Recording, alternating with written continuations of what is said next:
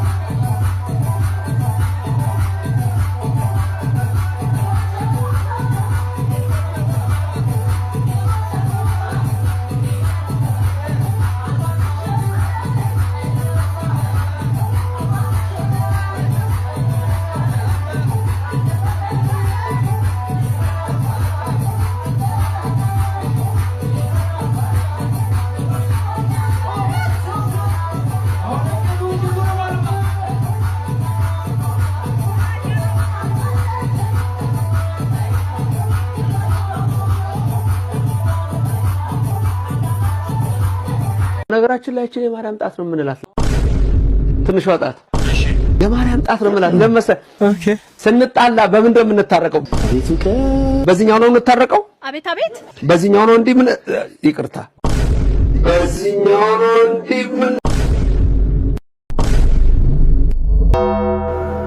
ወይኔ ማላችሁ ኢሊላ ታሪክ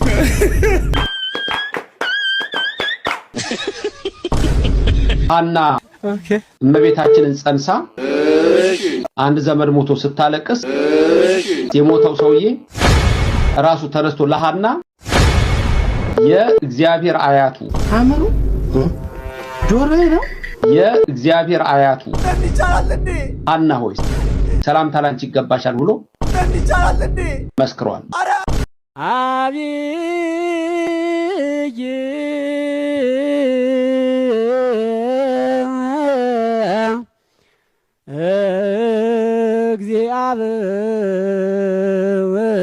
እግዚአብሔር ወአብይ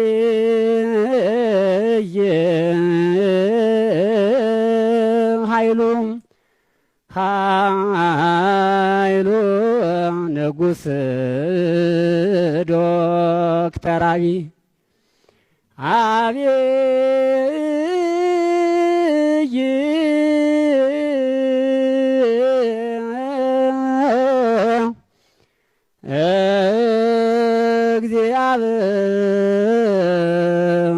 እግዚአብሔር ወአብይ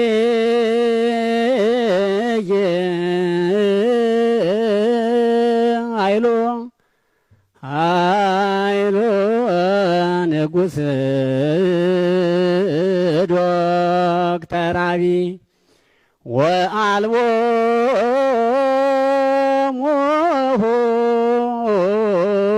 ሞልቁ ለጥበቢሁ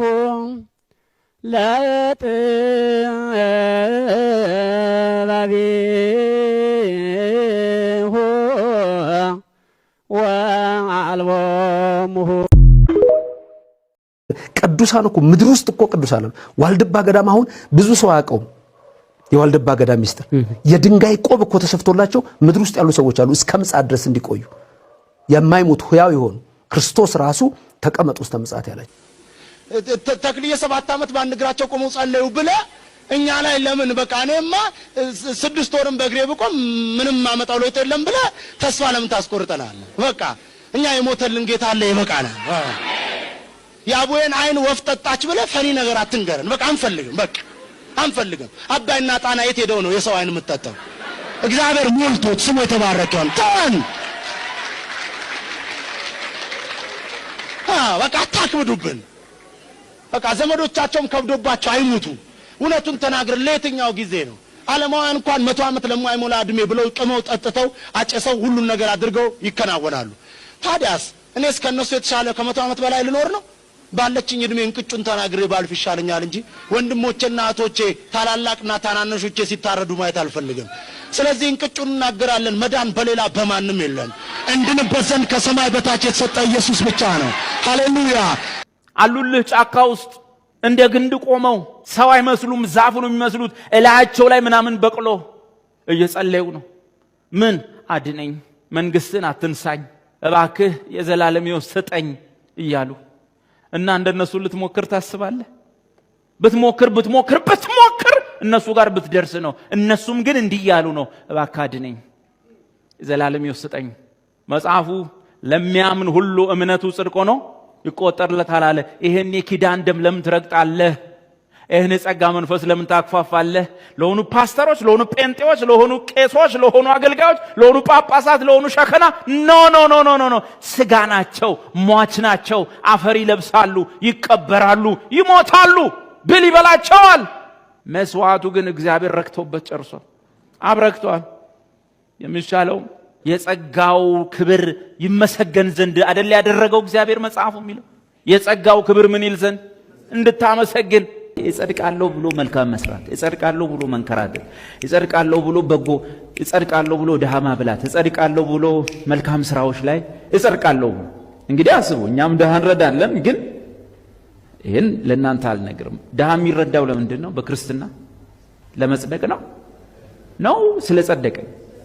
ስለጸደቀ። ባጭሩ የሚያጸድቅ ስራ በዓለም ላይ የለም። የምን ስራ ነው ያለው? የጽድቅ ስራ። ድሃ ማብላት የጽድቅ ስራ ነው። ችግረኛ መርዳት፣ ማናቸውም በጎ ነገሮች ሁሉ የጽድቅ ስራ ናቸው። ግን የሚያጸድቅ ስራ እስካሁን በዓለም የለም። የሚያጸድቅ ስራ በአዲስ ኪዳን የተገለጠው። በብሉይ ኪዳን አትስረቅ፣ አትግደል፣ አታመንዝር፣ ድሃ እርዳ ምናምን ነው። ያ ሁሉ የጽድቅ ስራ ነው። የሚያጸድቅ ስራ ሊሆን አልቻለም። የሚያጸድቅ ስራ በአዲስ ኪዳን ተገለጠ። እሱም ኢየሱስ የነገረን ነው። ምን አሉ? ጌታ ሆይ ይሄ አብ እንድንሰራው የሰጠን ስራ ምንድን ነው አሉ። ኢየሱስ ምን አለ? እንድትሰሩት አብ የሰጣችሁ ስራ በላከው በልጁ ማመን ነው አላቸው። ፕሬዝ ጋድ። ስለዚህ አንድ ስራ ብቻ ያጸድቃል፣ በላከው በልጁ ምን ማድረግ? ማመን።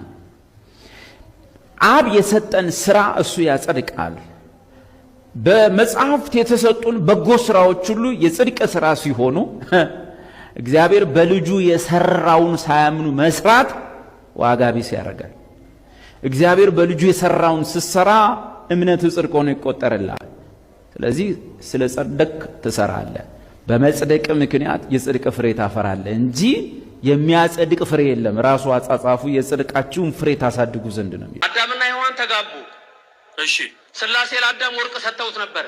እሺ፣ ይሄንን ወርቅ ለሔዋን ስጣት አሉት፣ ማጫ። እሺ፣ ከዛ ወርቁን ምን ያርጉት? አዳምና ሔዋን ተጋቡ። ወርቁ ምን ያርጉት? ወሰደና ለስላሴ አዳም የሰጣችሁ ወርቅ ነው እንኳን አላቸው። አሁን አንቀበልም፣ ከልጅ ልጅ እንቀበላለን።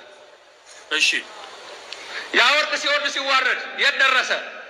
የኢትዮጵያ ነገስታት ኢትዮጵያዊው ባዜን ወርቁን ይዞ በመብርሃን እቅፍ ያለውን ኢየሱስ ክርስቶስ ሰግደው የ2 ዓመት ሕፃን ነው ኢየሱስ ሰገዱለት። ያንንም ወርቅ ሰጠው ይላል።